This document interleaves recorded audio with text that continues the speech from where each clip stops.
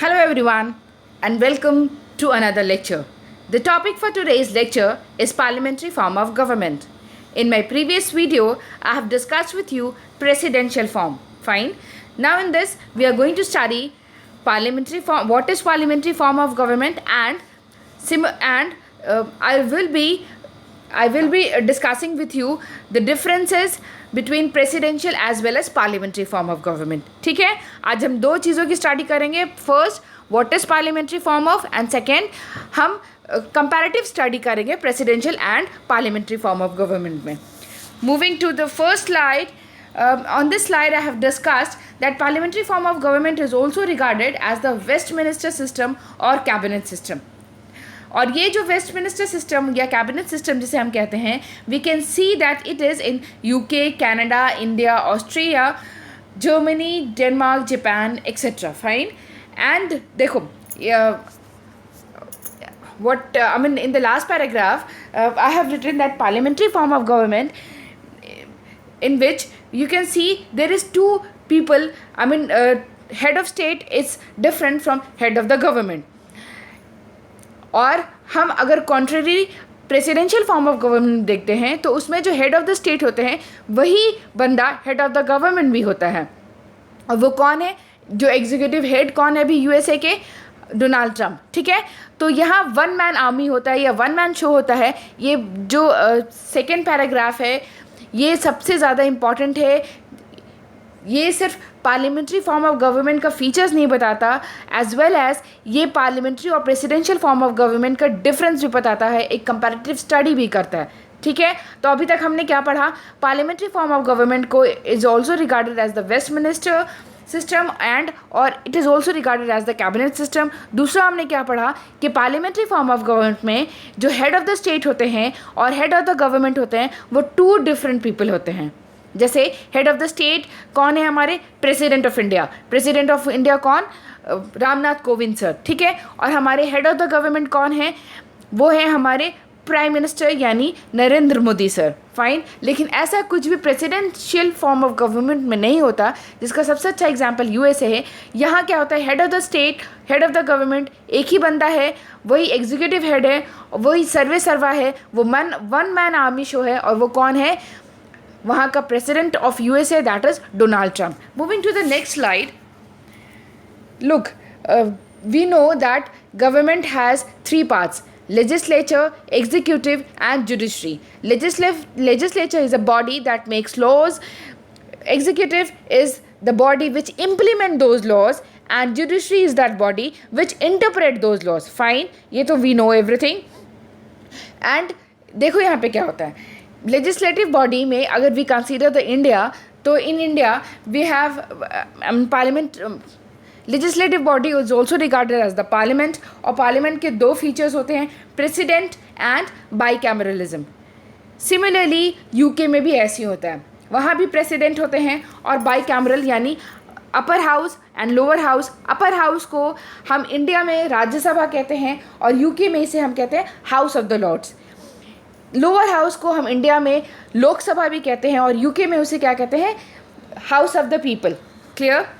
सो हमारे moving to the next, हमारे यहाँ जो पार्लियामेंट्री फॉर्म ऑफ गवर्नमेंट है वहाँ क्या होता है? ये जो स्लाइड है वो बहुत बहुत इंपॉर्टेंट है. वो आपको दो तीन चीज़ें समझाएगी. पहला, doctrine of separation of power क्या इंडिया में है या नहीं. इस स्लाइड से it will be very much clear to you. और ये स्लाइड बहुत इंपॉर्टेंट है, ध्यान से सुनना. इंडिया में या यूके में कहो या पार्लियामेंट्री फॉर्म ऑफ गवर्नमेंट में कहो कि जो बंदे एग्जीक्यूटिव हेड होते हैं यानी जो अपने विभाग के, अपने डिपार्टमेंट के सर्वो सर्वा हैं, जो वहाँ के मालिक हैं, वो सब बंदे कहाँ से आते हैं? वो पार्लियामेंट ऑफ इंडिया से आते हैं, यानी अपने पार्लियामेंट से आते हैं, अपने लेजिस्लेटिव बॉडी से आते हैं. इट मीन्स यहाँ जो doctrine of separation of power है वो ऐसा कुछ क्लियर कट नहीं है. यानी यहाँ पे strictly doctrine of separation of power apply ही नहीं है. क्यों नहीं है? क्योंकि यहाँ जो एग्जीक्यूटिव के मेंबर्स हैं, एग्जीक्यूटिव हेड्स कहाँ से आ रहे हैं? आपके लेजिस्लेटिव से आ रहे हैं. यू नो दैट अभी जो प्रेजेंट सिनेरियो है यहाँ पे जो हमारे एमपीज़ हैं, यानी you can see on the slide कि हमारे जो ये नरेंद्र मोदी जो हमारे प्राइम मिनिस्टर हैं, कैबिनेट जो उनकी 58 मिनिस्टर्स की है, वही बंदे जाकर एग्जीक्यूटिव हेड बनते हैं। चाहे फॉर एग्जांपल अगर हम होम मिनिस्टर की बात करें, होम अफेयर्स की बात करें, तो उसके हेड कौन है? हमारे अमित शाह सर। तो वो क्या होते हैं कि ये सिर्फ हम अपने एग्जीक्यूटिव में नहीं बैठ रहे हैं, अपने डिपार्टमेंट में नहीं बैठ रहे हैं, साथ ही साथ ये पार्लियामेंट में भी बैठते हैं। It means whosoever is the head of the executive, he has to be the member of the parliament also. Similarly you can take another example, जैसे जो डिफेंस मिनिस्टर हो गए हैं या फिर फाइनेंस मिनिस्टर या फिर जो भी ऐसे हैं, ये सारे के सारे एग्जीक्यूटिव हेड है, प्लस ये बंदे पार्लियामेंट में भी बैठते हैं। तो it means that separation of power is not at all strictly not at all applied in the parliamentary form of government.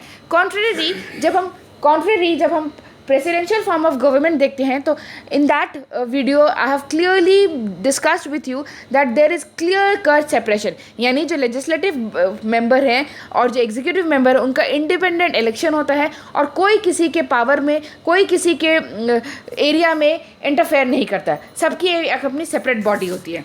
Moving to the next. Now we are going to discuss the features of parliamentary government.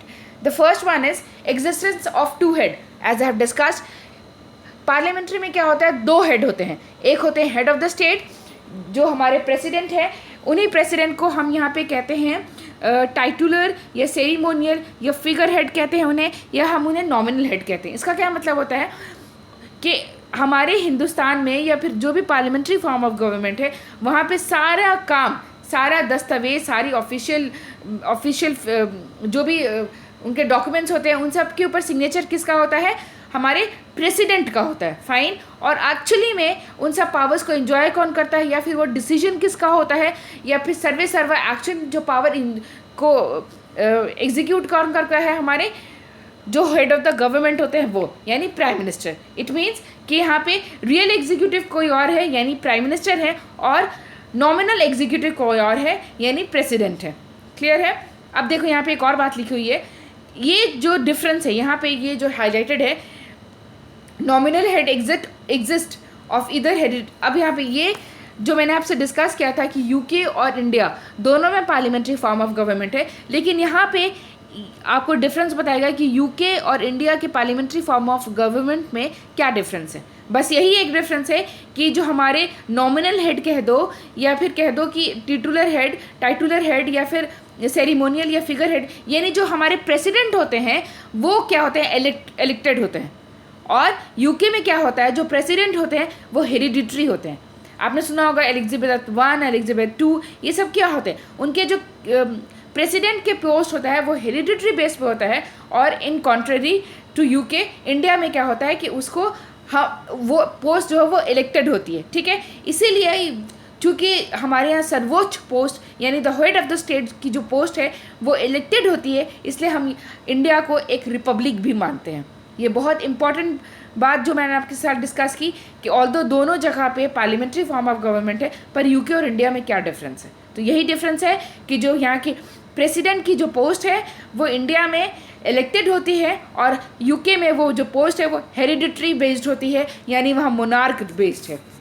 Moving to the next, membership of parliament. ये बहुत important है parliamentary form of government का, जो ये दिखाता है कि यहाँ सेपरेशन ऑफ पावर नहीं होता।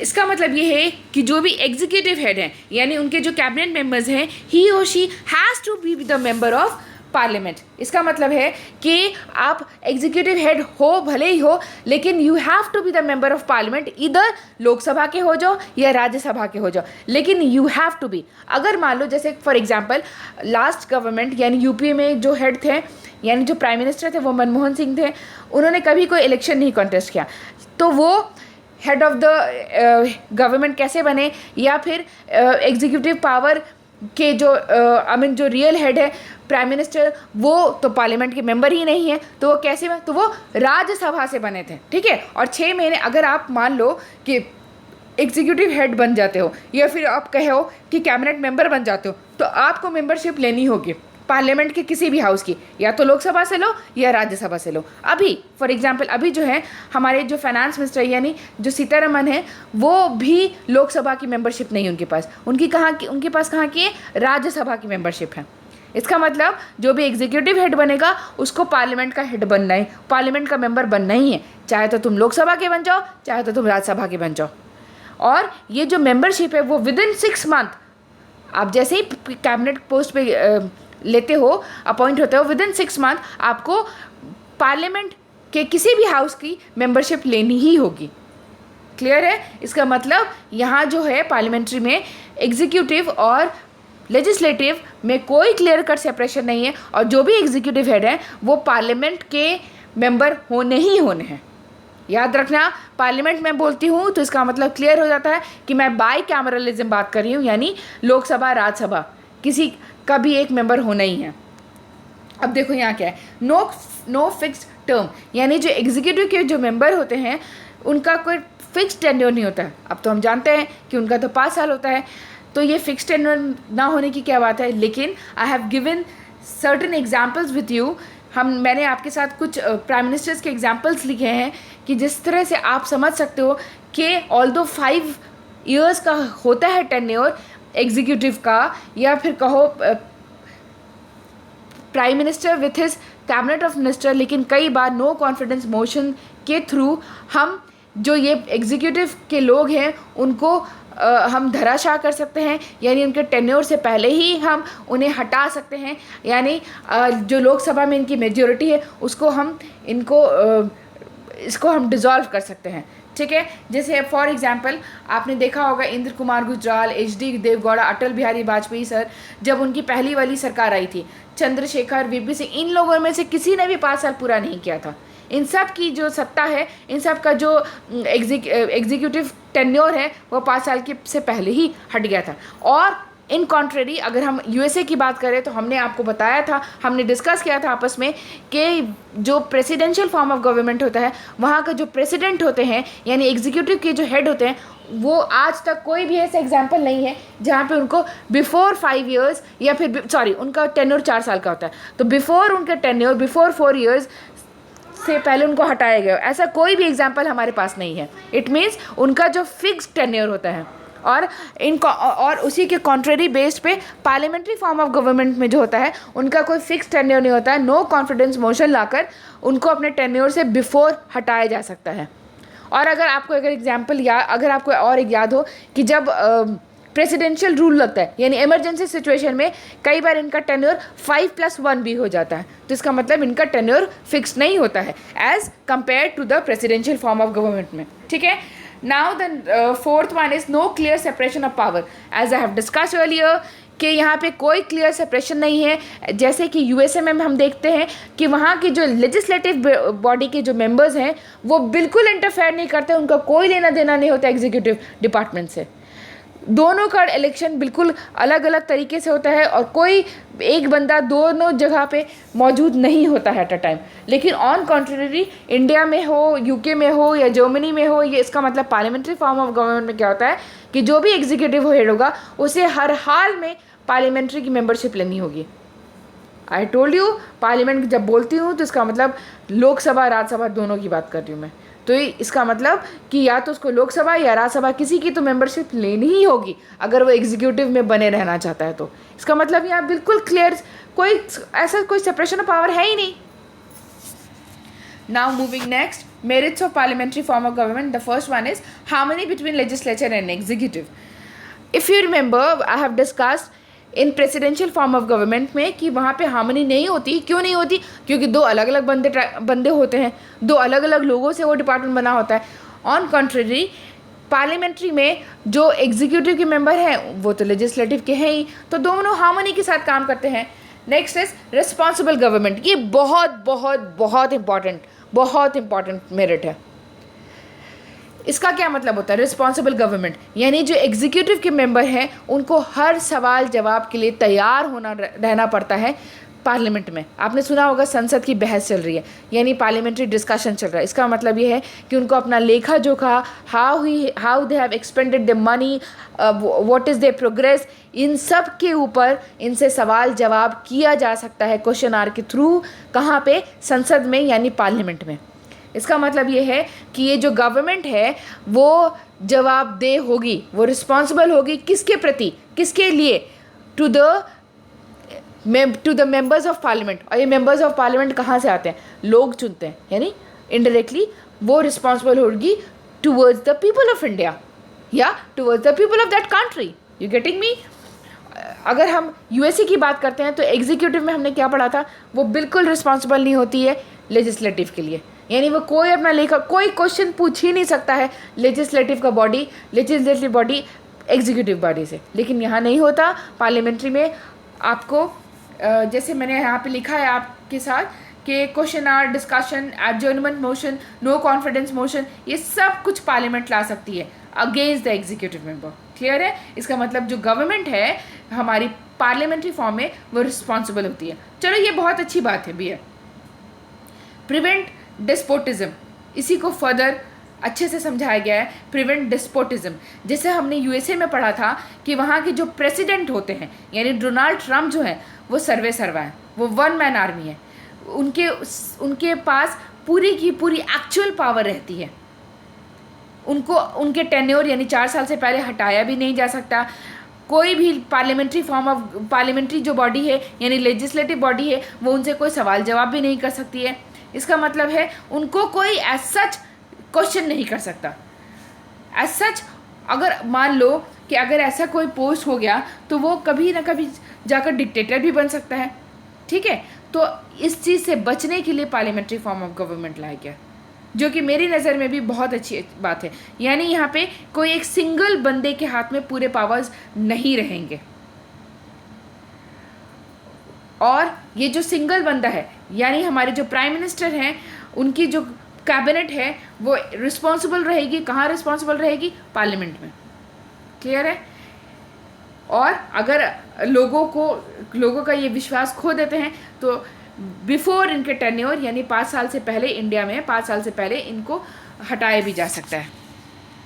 This is the last slide and I will be discussing demerit of parliamentary form of government. सबसे पहला क्या? Unstable government. As I have discussed many times that parliamentary form of government is also regarded as unstable. क्यों? I have given you certain examples. I have given you the examples of various prime minister जिनको उनके tenure यानी 5 साल से पहले ही हटा दिया गया था। It means this is a very unstable form of government. No continuity of policies. Second point, अब देखो क्या होता है, जैसे अब पहले कौन थी? यूपीए, अब कौन आ गई? एनडीए।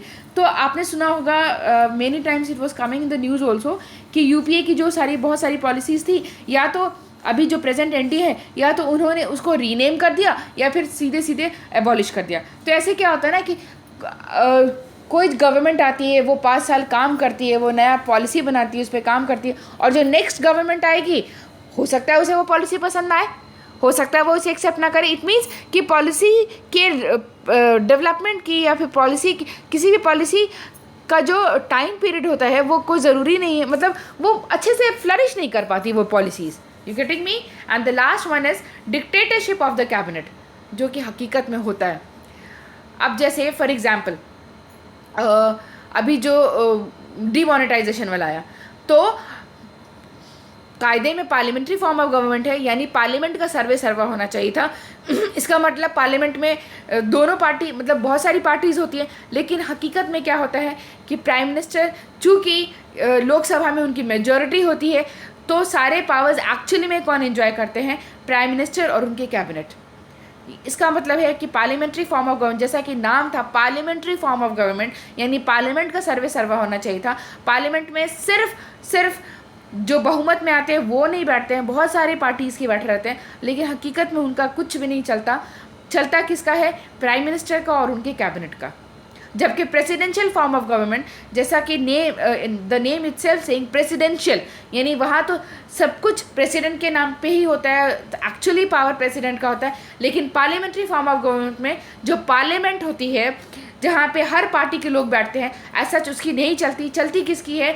जो मेजॉरिटी में आते हैं। हाँ, आप जो अपोजिशन में उनकी राय ले सकते हैं, उनके साथ डिस्कस कर सकते हैं, लेकिन फाइनल डिसीजन कौन लेता है? Prime minister with his cabinet. So this is all about the parliamentary form of government. I hope you understood the features of government, parliamentary form of government, and I hope you also have understood the difference between parliamentary and presidential form of government. Thank you for listening, and this is all in this slide. Thank you.